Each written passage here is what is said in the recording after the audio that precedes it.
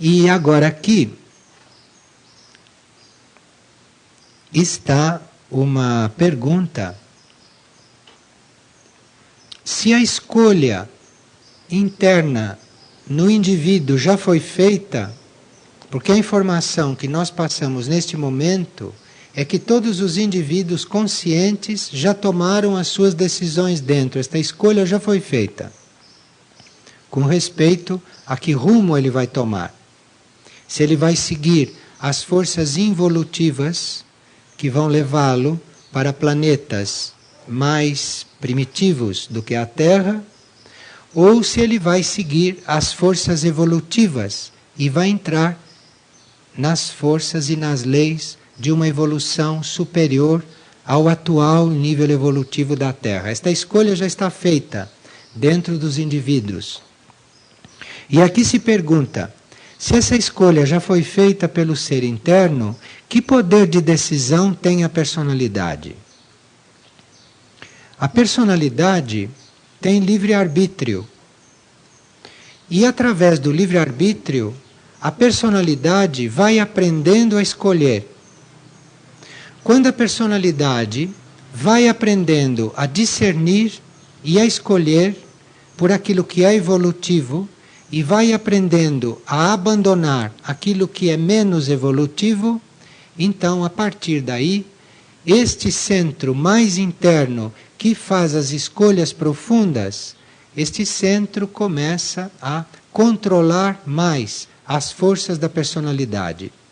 E quando esse centro percebe que a personalidade, através das suas escolhas e através do seu discernimento, já se tornou mais positiva do que negativa, então este centro interno pode já tomar decisões bem claras com respeito à lei evolutiva superior, porque aí ele já tem esta possibilidade, porque ele já controlou o suficiente os seus veículos temporários, ou já controlou as forças terrestres que ele necessita para reencarnar aqui na Terra.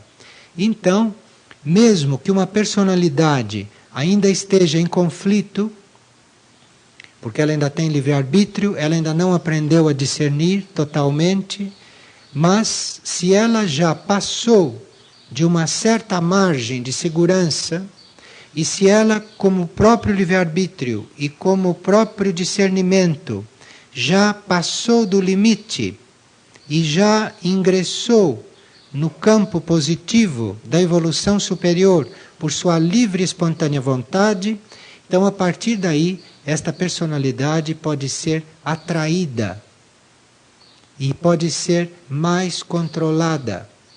E podem ser apresentadas para esta personalidade provas, circunstâncias evolutivas de purificação para que ela cumpra com mais segurança e rapidez aquilo que ela decidiu. Então aí, se ela já é capaz de suportar esta dinamização, então esses níveis superiores começam a mandar as provas que facilitarão ao ser todo caminhar mais rapidamente e entrar nos ciclos de evolução superior, nos ciclos de evolução superiores, com mais dinamismo e não seguindo a evolução natural que seguiria se não tivesse tomado essas decisões. Enfim, uma decisão evolutiva que a personalidade tome, isto libera a alma, libera o centro interior para a evolução superior.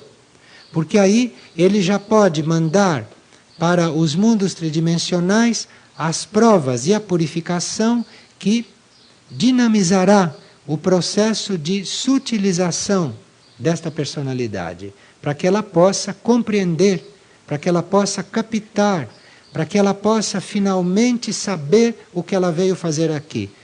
O que este ser interior está fazendo aqui. Então uma personalidade tem muito poder de decisão, enquanto o homem não está realmente decidido pela evolução superior. Mas quando esse homem decide pela evolução superior, este poder de decisão a personalidade transfere para esse núcleo mais interno. E ela se torna mais dócil, porque ela sabe muito bem a esta altura que o que ela sabe do seu próprio caminho é nada ou quase nada.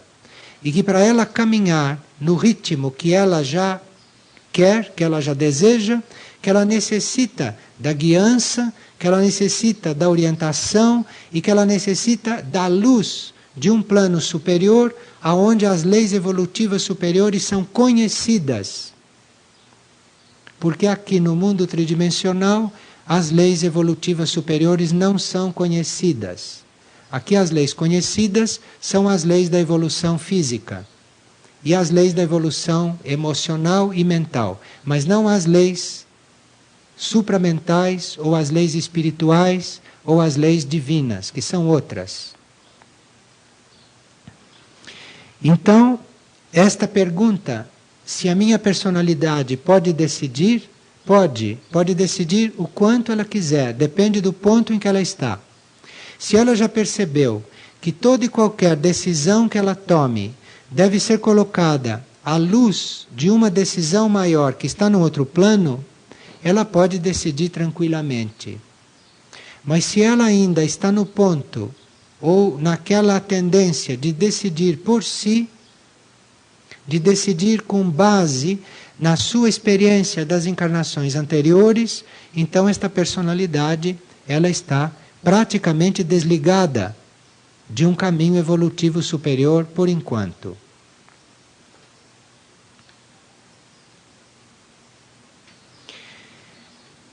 E aqui, o que quer dizer, se vos arrependeres, que ainda há tempo de passar a ponte, e amanhã pode ser tarde. Isto é uma frase que está em um dos livros que nós estamos estudando. Por arrependimento, no sentido espiritual, nós não entendemos a mesma coisa que é compreendido no nível humano. Porque em nível humano, a pessoa se arrepende, chora e fica chorando arrependida e nada faz.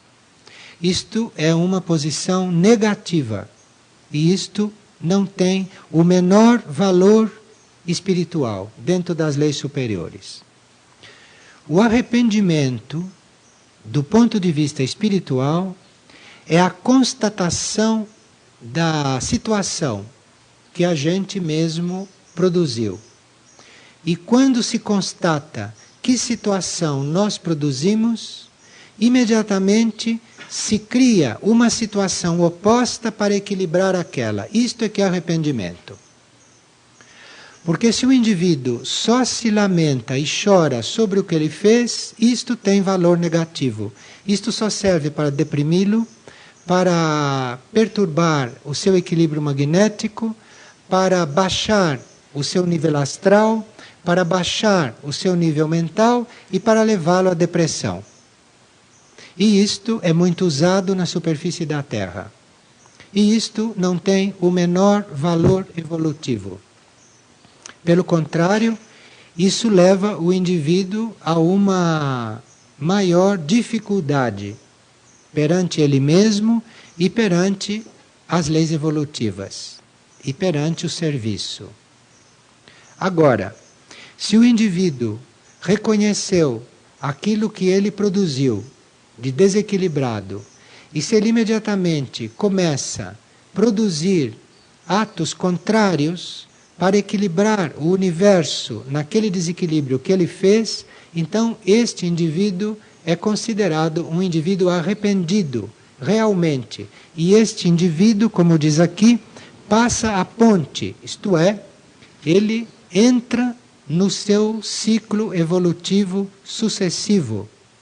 Ele, equilibrando aquilo que ele produziu de desequilibrado, ele se liberta do nível cíclico no qual ele estava estabelecido e ele entra num outro ciclo. E aí lhe virão novas provas, novas possibilidades virá uma nova realidade. Isto é que é passar a ponte. É sair do nível no qual, onde a gente tem as provas, para um outro nível.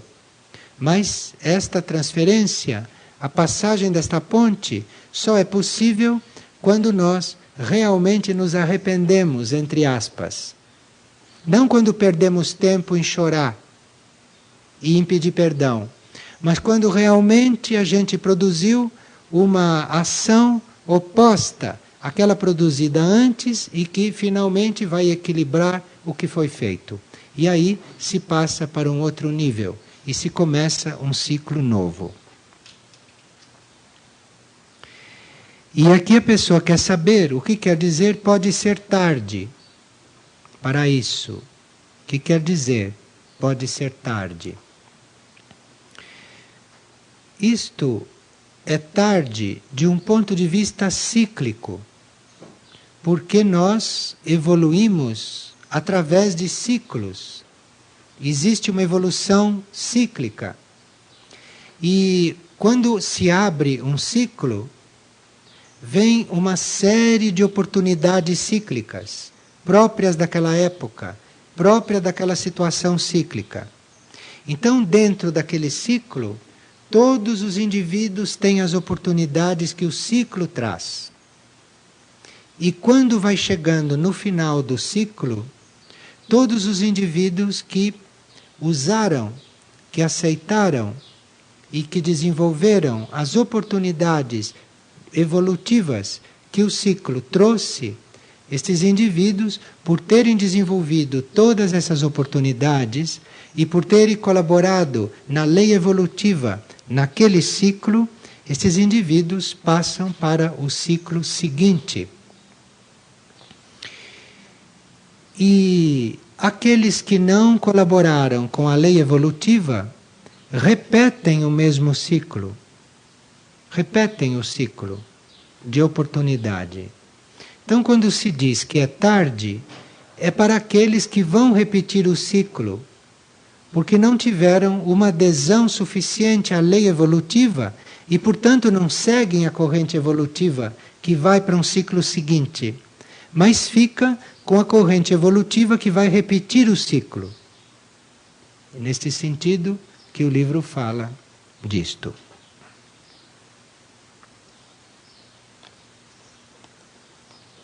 E quais as consequências que isto traz para o ser? A consequência básica é que a mônada do indivíduo, ou o eu superior do indivíduo, o ser cósmico, o ser espiritual que está ali naquele indivíduo, este ser tem que repetir as suas experiências. Ele tem que refazer as suas experiências. Claro que aplicando aquilo que ele aprendeu e aplicando a experiência que ele teve naquele mesmo ciclo. Geralmente, os indivíduos que não passam para os ciclos seguintes, mas que permanecem repetindo o mesmo ciclo, quando involuem, é um dos sentidos da palavra evolução, quando involuem e começam o ciclo de novo, como estão repetindo, como são repetentes, esses vão ser os líderes daquele ciclo. E vão ser os líderes daqueles que nunca fizeram aquele ciclo. De forma que isto tudo é muito relativo e existe evolução para todos. Existe uma oportunidade para todos. Isto dentro da lei do amor, que é a lei que rege o sistema solar.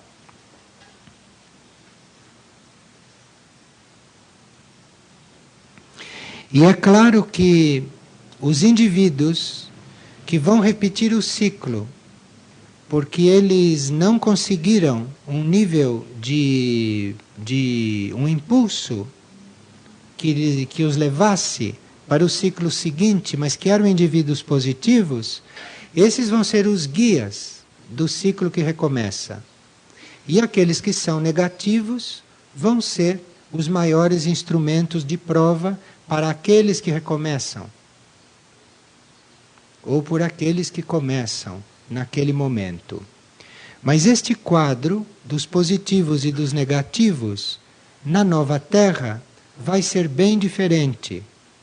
Porque, como nós já sabemos, neste confronto final que vai haver agora entre as forças evolutivas e as forças negativas, as forças involutivas, a partir deste confronto, a maioria das forças negativas vão ser transmigradas do planeta.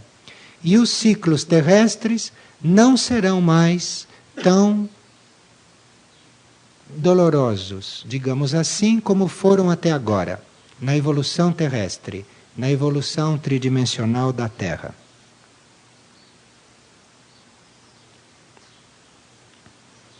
E qual a importância disto acontecer antes da purificação?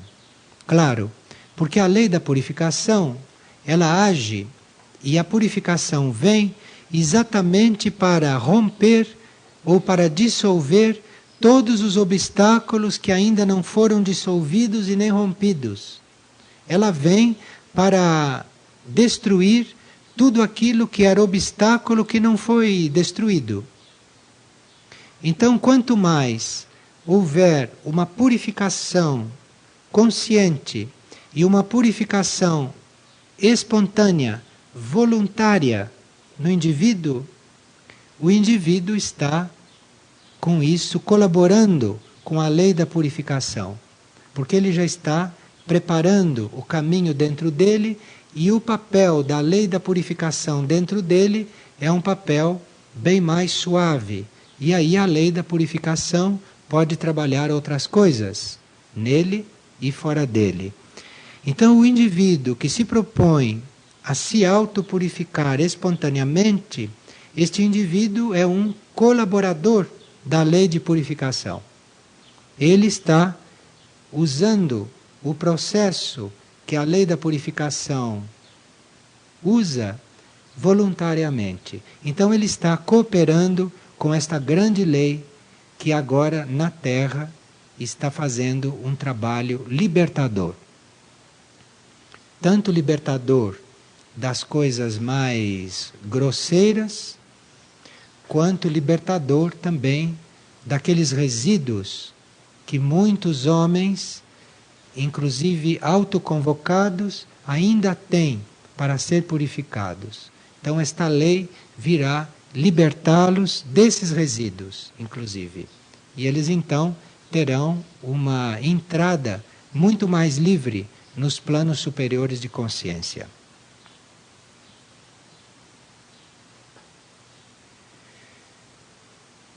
E aqui se pergunta,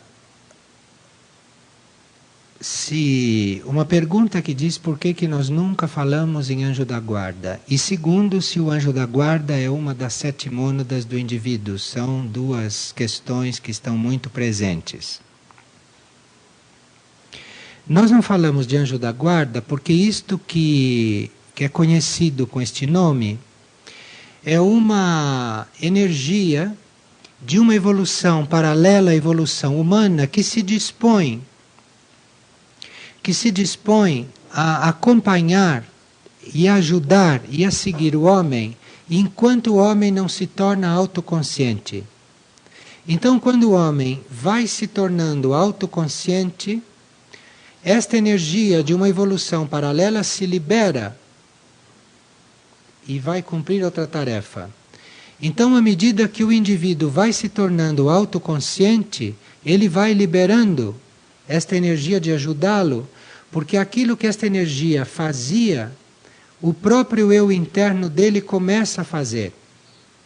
Então, se nós insistíssemos nisto que se chama de anjo da guarda, que vocês podem compreender isso de infinitas maneiras e como vocês quiserem, se a gente insiste neste ponto, nós ficamos no estágio anterior da humanidade, que não era o estágio da humanidade ter o autoconhecimento, mas é o estágio que ela viveu até agora de ser guiada, conduzida, protegida por esta energia de uma evolução paralela que, por uma infinita doação, se dispôs a acompanhar todos os homens, todos os seres, desde o seu princípio até a sua autorrealização espiritual.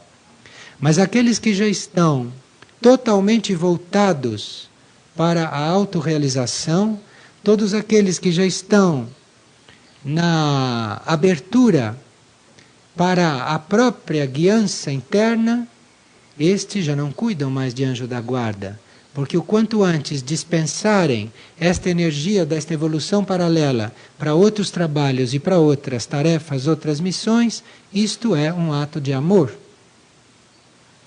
E esta energia que nos acompanhou desde o princípio, que vocês podem entender como quiserem, repito, nem precisam acreditar em anjo da guarda, entendam como quiserem. Esta energia de uma evolução superior e paralela, que nos acompanhou desde o princípio e que nos trouxe, nos amparando até aqui, certamente a influência desta energia nos ajudou a chegar na consciência de hoje. Isto é, que nós temos o nosso núcleo de autoconsciência dentro de nós mesmos. Então, com muita gratidão, a gente libera esta energia.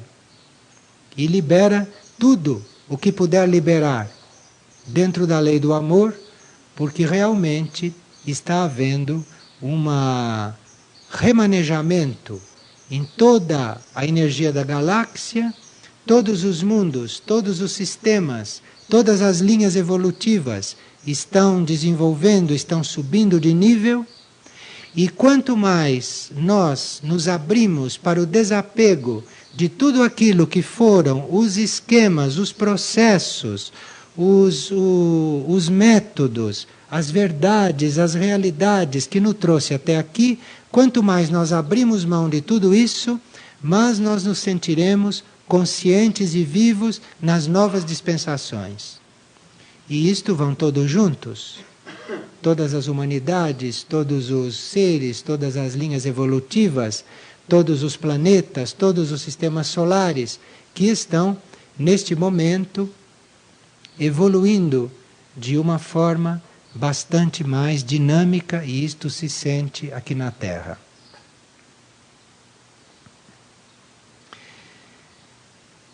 E como surgiu esta fita cassete sobre os mongoloides, também houve perguntas a respeito se os excepcionais, de uma maneira geral, têm que ser tratados com o mesmo trabalho de amor.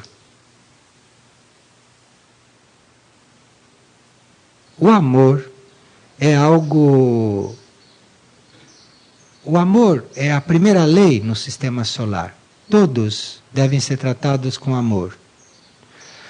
Agora, aqueles que têm um mongoloide diante de si, quando o tratam com amor, vão fazer ponte com o núcleo de amor que ele tem, eventualmente muito mais desenvolvido do que o nosso. E aí vão poder entrar em contato com este amor de uma forma bastante mais fácil do que com algum outro ser que aqui na superfície da Terra é chamado de excepcional, porque aqui na Terra a gente usa o separatismo, a separatividade. Então chama um indivíduo de excepcional. Mas mesmo esses seres que aparentemente têm uma situação um pouco diferente da situação das pessoas consideradas normais, entre aspas, então estes seres, tanto quanto as pessoas normais, entre aspas, têm a mesma essência cósmica. São todos semelhantes entre si. Todos têm a mesma essência, no fundo, no seu interno. Então, seja qual for a aparência, a forma, seja qual for a situação externa deste ser, seja qual for, não cabe ao homem, na lei do amor, julgar este ser. e nem tampouco tentar definir a posição dele, ou tentar compreender o seu ponto evolutivo, porque isto é impossível. Isto não é possível. Dentro da lei do amor, que é uma lei só para todos e que é válida para o sistema solar inteiro, dentro da lei do amor, seja qual for a forma que vocês têm diante de si, vocês podem ver naquela forma a mesma essência que vocês veem dentro de você. Eu estou falando de essência, não estou falando de forma. Porque a lei da essência é uma e a lei da forma é outra. Existe uma ordem formal que precisa ser mantida em benefício do desenvolvimento das essências. Então, o amor não é uma anarquia, bem entendido. O amor é algo ordenado, perfeitamente ordenado.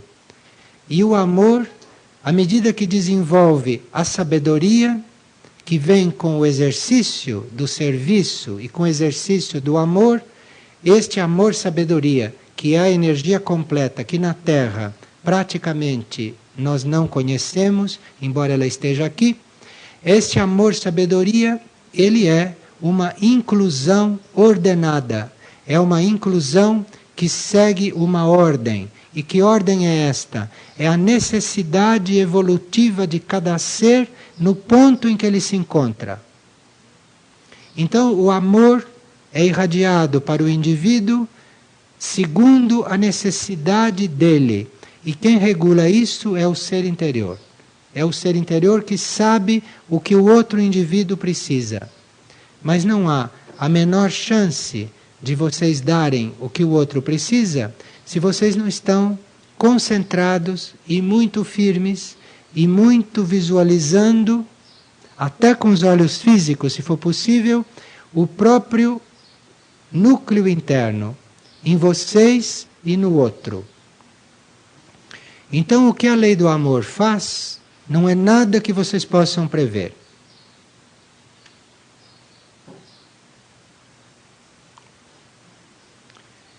E, diante da lei do amor, cada indivíduo tem o seu lugar dentro do universo. E o amor sem sabedoria quer colocar as pessoas no lugar que a gente acha que é o melhor para ela. Ou a pessoa, através do amor sem sabedoria, quer fazer o caminho que ela acha que aquele é o melhor para ela. Mas a lei do amor não é isso. A lei do amor coloca cada um no seu lugar no universo, que é o lugar onde ele pode desenvolver mais. E isto nenhum indivíduo sabe mentalmente, nem emocionalmente e nem etericamente. Isto quem sabe são os níveis profundos do indivíduo que devem ser focalizados com a maior constância, com a maior fidelidade, com a maior abertura e com o maior desapego também. Porque se pode estar focalizando a própria essência interna e a do outro desapegado. E aí cada um começará a fazer a sua síntese. Que certamente não será isso que eu estou dizendo, porque isto é apenas uma estimulação. A síntese que cada um vai encontrando, isto é que é a sua realidade. Não isto que eu estou dizendo. Isto que vocês forem percebendo dentro de vocês. Mas aí precisa que vocês amem esse processo. Que vocês se dediquem a este processo. E que vocês tenham como primeira prioridade realmente esse processo, que é interno. Como vocês estão vendo.